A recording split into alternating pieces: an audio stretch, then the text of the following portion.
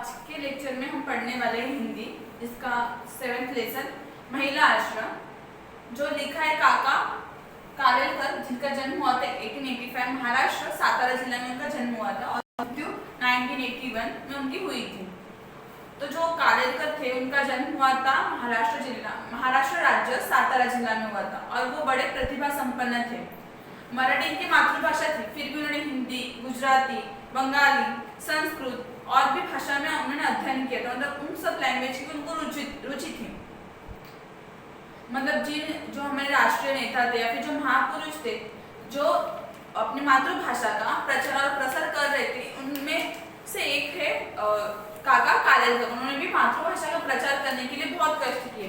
मतलब उस प्रचार का जो कार्यक्रम था उन्होंने अंतर्गत लिया था। मतलब जब वो महात्मा गांधी के संपर्क में आए तो उनका हिंदी प्रेम था वो और भी ज्यादा बढ़ गया और विशेष रूप से वो हिंदी की प्रचार करने लग गए। प्राचीन भारतीय संस्कृति, नीति, इतिहास, भूगोल आदि की जो थी हमारी जो हमारा एक संग्रह था हमारे पास की भारतीय संस्कृति का, उन्होंने उसको सुरक्षित रखने का एक जिम्मा उठाया था कि हम हमारी भारतीय संस्कृति को सुरक्षित रखेंगे।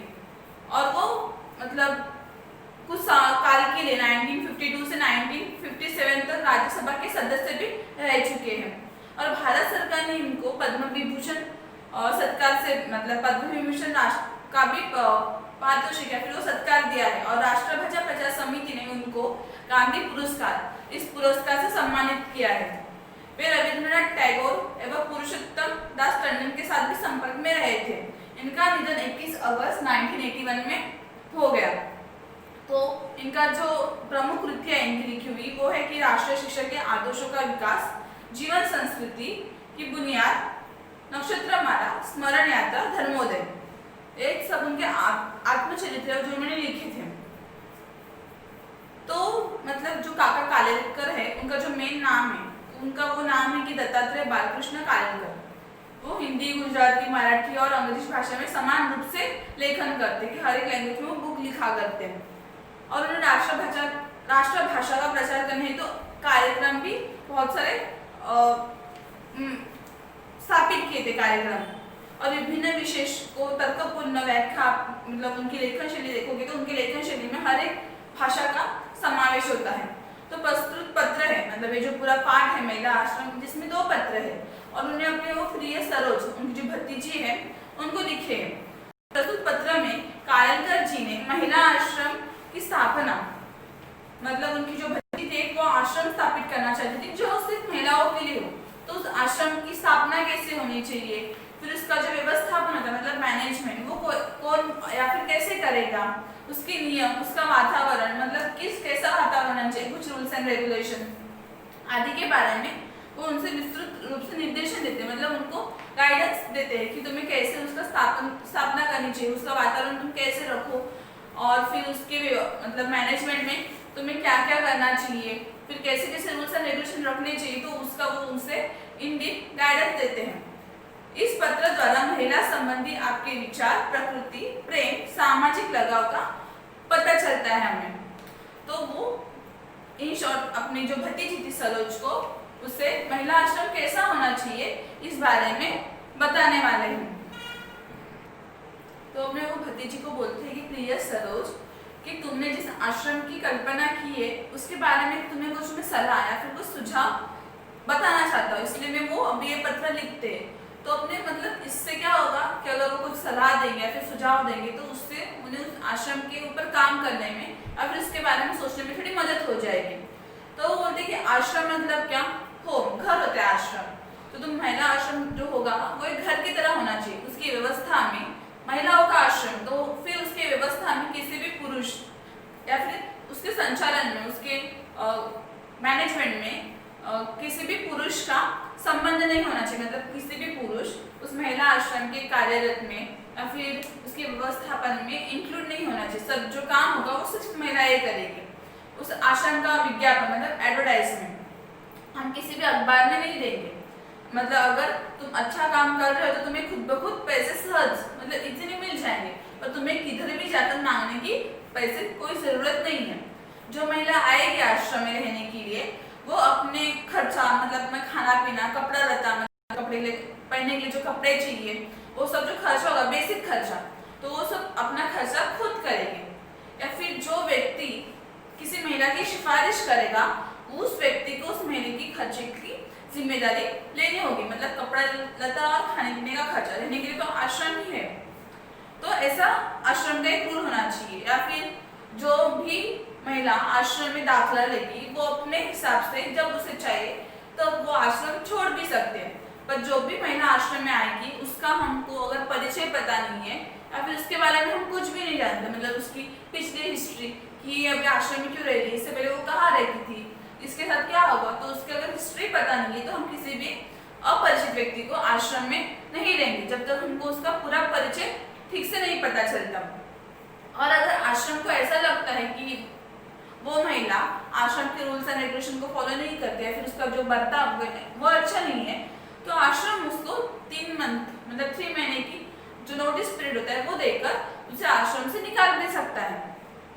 तो फिर ऐसे नोटिस देने से पहले आश्रम को थोड़ा तो सोचना चाहिए कि उसको निकालना आश्रम से ठीक है या भी नहीं, तो हटा सकते हैं। ऐसा कदम लेते हुए थोड़ा सोचना पड़ेगा।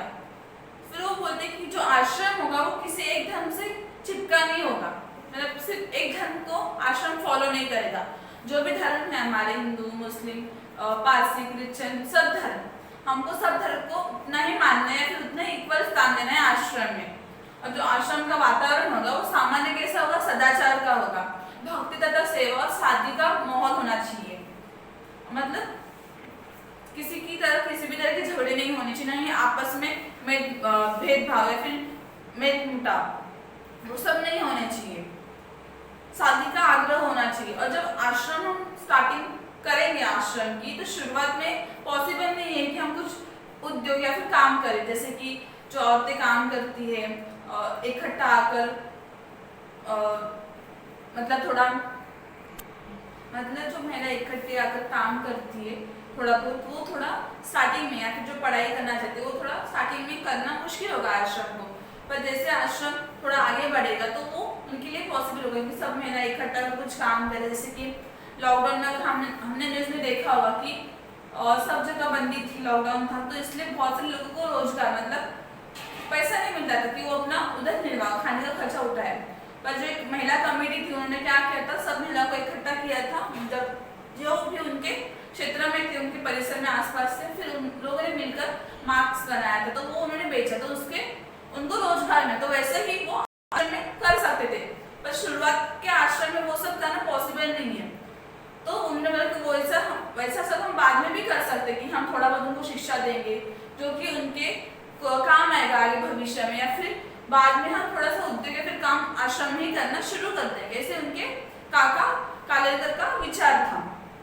फिर उन्होंने आगे बोला कि जो आश्रम है वो शिक्षा संस्था नहीं होगी, मतलब उधर से पढ़ाई का ही मोटिव नहीं होगा, उधर हम काम भी करेंगे और साथ ही साथ आश्रम में कोई भी वाद विवाद नहीं चाहिए, कलह मतलब वाद विवाद, झगड़े नहीं चाहिए। और भी पुड़न मतलब खींच, मतलब आपस में जो हम एक दूसरे पे रुठ जाते हैं या फिर मतभेद होते हैं विचारों पर, वो सब नहीं चलेगा आश्रम में। आश्रम मतलब स्वतंत्र वातावरण होना चाहिए और सबको अपने अपने ओपिनियन रखने का हम चांस देंगे। ऐसा मान्यतापूर्ण आश्रम होना चाहिए हमारा महिला आश्रम, जहाँ परेशानी मतलब जो महिला है वो बिना किसी परेशानी या फिर बेखटके बिना किसी संकोच से अपनी परेशानी बांट सकते और हमारे आश्रम में आकर आश्रय स्थान ले सकती है और अपने जीवन का एक सदुपयोग कर सकती है सेवा में, आश्रम की सेवा के साथ। तो ऐसा आदर्श वाला महिला आश्रम हमें बनाना है और उसकी व्यवस्था पर समिति का भी झंझट नहीं होगा। मतलब अगर महिला जो आश्रम होगा वो आश्रम का सभी जो आश्रम की महिला है वो आपस में मिलकर चलाएगी, तो किसी समिति का उसके ऊपर झंझट भी नहीं होगा। मतलब समिति के कोई भी रूल्स एंड रेगुलेशन भी आश्रम के ऊपर लागू नहीं होंगे। तो ऐसा अगर हम आश्रम चलाएंगे तो वो बहुत सुंदर तरीके से चल जाएगा तुम्हारा आश्रम और एक बड़ा आश्रय स्थान बनेगा वो, और एक बड़ा काम भी होगा समाज के लिए, क्योंकि उस समय में समाज में ऐसे आश्रम की जरूरत भी थी। और उन महिलाओं के ऊपर जो आश्रम में आश्रय स्थान देगी उनके ऊपर किसी का बोझ नहीं होगा, वो अपने मतलब खुद के पैसे से अपना खुद का खर्चा करेगी। मतलब आश्रम जितना हो सके उतना स्वावलंबन मतलब आत्मनिर्भर होना चाहिए, हमें अपना खर्चा खुद करना होगा और जितना हो सके कम से कम दूसरे के ऊपर डिपेंडेंट रहना है और उन्हें कोई भी परेशानी इस आश्रम में नहीं होगी। फिर तो बोलते कि अगर हम संस्कार शुरू कर देंगे महिला आश्रम, तो जो महिला आश्रम में जो महिलाएं आएगी वो आगे का भार, संस्था चलाने का भार उठा सकती है कि अगर इतने साल वो आश्रम में रहेगी तो हमें उनकी मर्यादा, कुशलता या फिर उनकी जो कैपेबिलिटी होती है कि मतलब किसी भी चीज़ का हैंडल करने का, तो हमें पता चलेगा। तो किसी भी और इंसान की हमें ज़रूरत नहीं होगी इस महिला आश्रम को चलाने की।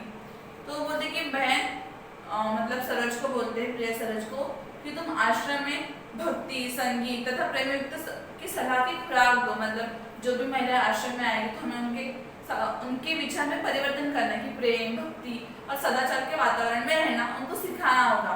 आगे चलकर ये संस्था क्या करेगी, जो छोटी छोटी जमीन है संस्था की, जो जमीन है उस पर छोटे छोटे मकान हम बनाएंगे। तो क्या होगा, उस मकान में जो महिला है वो अपना 2-2 या फिर 4-4 के ग्रुप में रह सकती है। जैसे हॉस्टल में हमको रखते हैं 4-4 बॉयज या फिर 2-2 बॉयज को एक साथ एक ही रूम कमरे में शेयरिंग के साथ, वैसे वो औरतें क्या करेगी कि एक मकान बनाएंगे हम, छोटे छोटे मकान बनाएंगे हम महिला आश्रम की जमीन पर। तो जमीन में वो मकान में वो औरतें 2-2, 4-4 के ग्रुप में अपने मतलब आपस में रह सकते हैं, अपना खर्चा खुद चलाए। और वो बोलते कि ऐसी संस्था मैंने देखी है जो इस तरह से कार्यरत है, मतलब इस तरह से काम करते हैं ऐसी संस्थाएं, और ये बिल्कुल संभव है। इसलिए मैं तुम्हें ये सलाह दे रहा हूँ कि ऐसे हम मकान बनाएंगे तो इसमें वो औरतें अपना खर्चा खुद उठा देंगी। और जब हम इनके साथ वर्षों तक मतलब ये महिलाएं आपस में वर्षों में रहे, सालों साल एक साथ रहेगी और तुम्हारे भी संपर्क में रहेगी, तो तुमको पता चलेगा कि इस महिला में कितनी कुशलता है, वो कितना काम कर सकती है आश्रम का, और उनकी मर्यादा और उनकी लिमिट्स में हमें पता चलेंगे। तो प्रत्यक्ष वो बोलते कि मैं बिना हिस्सा लिए सिर्फ मेरी सलाह और सहारा तो तुम्हारे साथ हमेशा मेरा, तुम बिना सपोर्ट मतलब बिना वो डायरेक्टली उनको मदद नहीं करेंगे, सिर्फ इनडायरेक्टली सलाह सुझाव देकर वो हमेशा मैं तुम्हारे साथ हूँ, ऐसा उन्होंने काका कालेलकर ने अपनी भतीजी सरोज को बोला। फिर वो बोलते कि आगे जाकर तुमको लगेगा कि तुम तो मात्र एक निमित्त थी वो आश्रम स्थापित करने हेतु, वो संस्था अपने आप बाद में चलेगी और समाज में ऐसी संस्था की आवश्यकता और इसी आवश्यकता से इस संस्था का जन्म होगा। तो बोलते कि मुझे इतना विश्वास है कि ये काम तुम कर सकती हो, इसलिए मैं तुमको इसके बारे में सूचित कर रहा हूँ, मतलब बता रहा हूँ कि सुझाव दे रहा हूँ, और तुम इसके ऊपर यथा समय मतलब जितना तुम्हें समय चाहिए उतना तुम समय लेकर उसके ऊपर सोचो, कोई भी जल्दी नहीं है। अगर तुमको उचित लगता है तो तुम मुझे हाँ में जवाब देना, फिर मैं आगे के बारे में सोचूंगा कि आगे आश्रम के ऊपर हम क्या विचार कर सकते हैं। ऐसा उन्होंने अपने भतीजे सरोज को बोला। इतना सब वो आश्रम के बारे में बोलते, फिर वो अपने इधर का वातावरण के बारे में बताते कि उनकी इधर का जो वातावरण का था वो सर्दी का बहुत अच्छा वातावरण था। तो बोलते कि इस वातावरण में फूलों में उन्होंने कुछ फूल जो गाय जिसमें गुलदाउद जो था क्रिसेंथेमम, वो फूल बाहर मतलब आ चुके थे, पर वो जो फूल थे उनकी जो कलियां थी वो खिलती नहीं थी, मतलब बहुत देर के बाद वो खिलती थी, महीना भर के बाद। तो बोलती कि उन फूलों की देखकर ऐसा लगता है कि मानो वो अपने अंदर भारी राज दबाकर बैठी हो और होठ सीकर बैठी है, और जब भी वो फूल खिलते हैं तब एक एक पंखुड़ी करके खिलती है, पूरा फूल एक साथ नहीं खिलता। और वो बोलते हैं कि जो फूल खिलने में टाइम लेता है वो फूल उतना ही अच्छा टिकता है, मतलब बहुत देर तक वो फूल फ्रेश रहता है। फिर वो बोलते हैं कि गुलाब के फूल खिलने लगे थे और उनसे भी उनको आनंद मिला। फिर एक समय तक कि कॉस्मोस के जो दिन थे, मतलब एक वातावरण था प्रतिकूल वातावरण जिसमें वो कॉस्मोस के फूल खिलते थे, वो अभी वातावरण है वो चला गया और वो फूल भी अभी सब चले मतलब नष्ट हो गए उनके। पर बोलते कि उन्होंने बहुत आनंद लिया जब वो खिलते थे।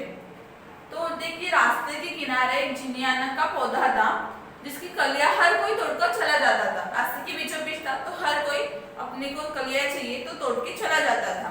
तो उन्होंने देखा और क्या किया, उस पौधे को उधर से निकाल कर अपने जो द्वार पे सिरहाना होता है तो उन्होंने द्वार के बाहर अपने घर के बाहर लगा दिया उस पौधे को। वो बोलते कि जब तक वो पौधा था वो पौधा बहुत फूल देता था और बहुत खिलता था, पर अभी 1-2 महीने मतलब 1-2 महीने हो चुके कि उसने फूल देना बंद कर दिया और वो सूख गया। तो वो सूख गया, इसलिए इसके कारण मैंने उसे वहां से हटा दिया, मतलब वहां से उसने उनको निकाल कर फेंक दिया उस पौधे को। तो ऐसा उन्होंने अपने घर में जो पौधे थे उनके बारे में फर्स्ट पत्र में बोलते हैं। तो काका का दोनों को सुप्रेम सुभाषिष, ये था उनका फर्स्ट लेटर। तो जो सेकेंड लेटर है उसमें वो बोलते हैं कि प्रिय सरोज, तुम्हारे 17 से 18 तक तुमने जो एक लिखा हुआ पत्र था वो मुझे मिल गया आज, और इस महीने में मैंने इन तारीख को पत्र लिखे। तो तारीख क्या है, 1 तारीख, 9 तारीख और 15 तारीख, इन 3 तारीख में उन्होंने पत्र लिखे थे। और चौथा जो पत्र था वो आज लिखने वाले थे, वो लिख रहे हैं। तो बोलते कि अब तुमको हर सप्ताह में एक तो पत्र लिखूंगा ही लिखूंगा, और तुम्हारी तबीयत कमजोर है तब तक चिरंजीव रहना, और मुझे हर हफ्ता एक तो पत्र तुम लिखोगी तो चलेगा, और मुझे हर सप्ताह में तुम्हारा एक तो पत्र मिलना ही चाहिए। वो बोलते कि पूज्य बाबूजी चाहते थे कि हिंदू मुस्लिम एकता के लिए, मतलब हिंदू और मुस्लिम एक साथ उनमें एकता होने के लिए वो अपनी सारी जो शक्ति है वो उर्दू सीखने में या फिर उसके पीछे खर्च करें, ऐसे उनकी पूज्य बाबूजी चाहते थे। तो बोलते कि तुम्हें मैंने संदेश दिया था कि तुम उर्दू लिखना सीख लो, लेकिन अब तो तुम्हारी तबीयत कमजोर है, तो एक ही संदेश है कि तुम पूरा पहले आराम करो, ठीक हो जाओ, उसके बाद उर्दू सीख लेना। वो बोलते कि तारों के नक्शे के लिए, मतलब उनका तारों का उनका नक्शा बनाना था, इसलिए उन्होंने एक कंपास बॉक्स भी मंगा कर रखा है, लेकिन अभी तक उन्होंने उस सब का कुछ भी नहीं किया, सिर्फ वो मंगा के रख दिया है। और वो आगे बोलते हैं कि मैंने जो फूलों के बारे में कहा था कि उनके पास बहुत सारे फूलों के गमले थे, तो सब गमले उन्होंने अभी फेंक दिए, अपने पास से निकाल दिया, और अभी सिर्फ एक सादा क्रॉटन का एक जो गमला है वो उन्होंने रखा है, जो उनके पास से पहले गुलाब, कॉस्मोस,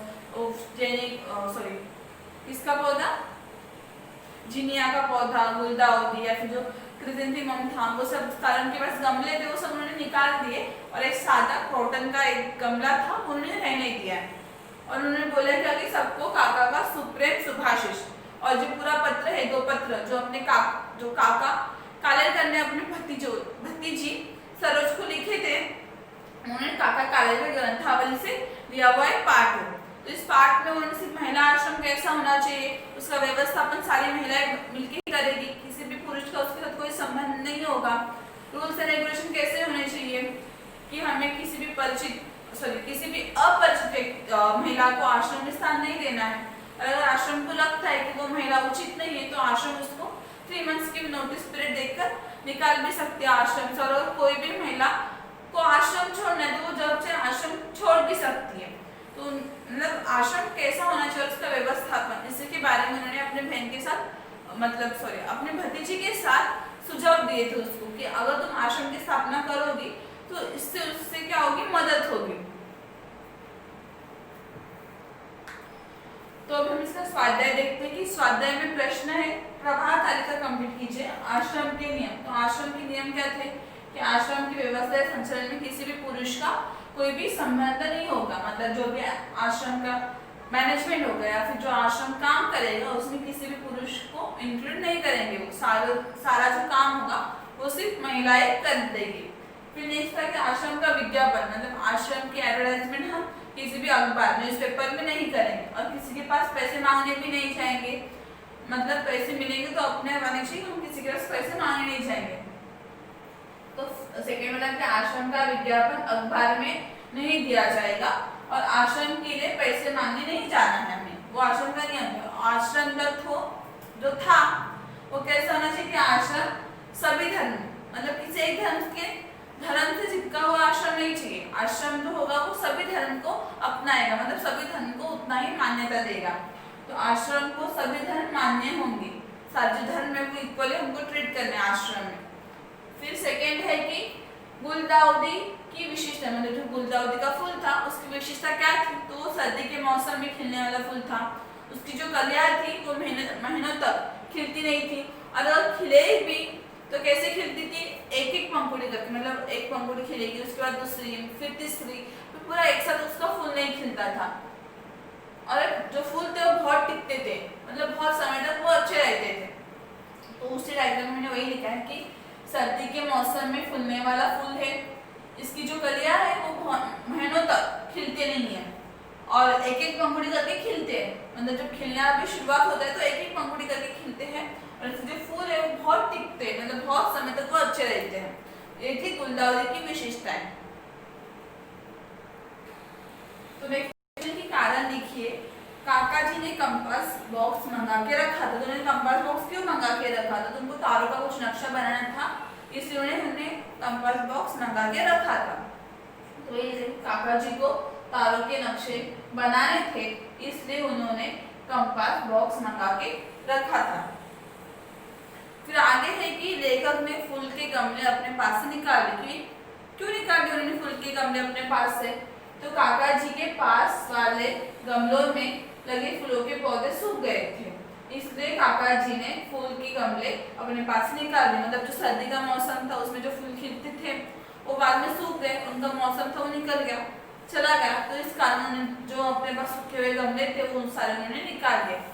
फिर एक स्वमत है, दो है एक्चुअली, कि पत्र लिखने का सिलसिला सदैव जारी रहना चाहिए। इस पर संदर्भ या फिर अपने विचार लिखे। मतलब एक समय ऐसा था कि अगर हमें किसी को अपनी बात बतानी है या फिर किसी को संदेश भेजना है तो पत्र ही यूज करते थे। राजाओं के टाइम पे अगर किसी राजा को किसी से मदद चाहिए तो वो पत्र के द्वारा संदेश भेजा करते थे, या फिर जो कबूतर था उसका इस्तेमाल किया जाता था संदेश भेजने के लिए। फिर अभी जब थोड़ा सा डेवलप हुआ तो आम जनता के लिए डाकघर था या फिर पोस्टमैन जो किसी का भी पत्र एक मतलब पास करते थे। और लोग जब टेलीफोन नहीं था या फिर जब मोबाइल नहीं था तो एक दूसरे की खबर बात या फिर एक दूसरे के बारे में पूछने के लिए पत्र का इस्तेमाल करते थे। पत्र लिखे जाते थे एक दूसरे को, एक दूसरे की खबरदारी या फिर खबर बात रखने के लिए। पर अभी जितना डेवलपमेंट हो रहा है तो अभी कोई भी पत्र का यूज नहीं करता, बिकॉज सबके पास मोबाइल फोन है। तो हर कोई, अगर तुम्हें किसी के साथ भी बात करनी होगी तो तुम पत्र थोड़ी लिखोगे, डायरेक्टली फोन करोगे, फोन के ऊपर बात करोगे। वो नहीं तो व्हाट्सएप पे मैसेज करो, फेसबुक, इंस्टा, अभी बहुत सारे हैं कि तुम किसी के ऊपर भी मैसेज कर उसको तुम्हारे पास पहुंचा सकते हो विदिन सेकेंड।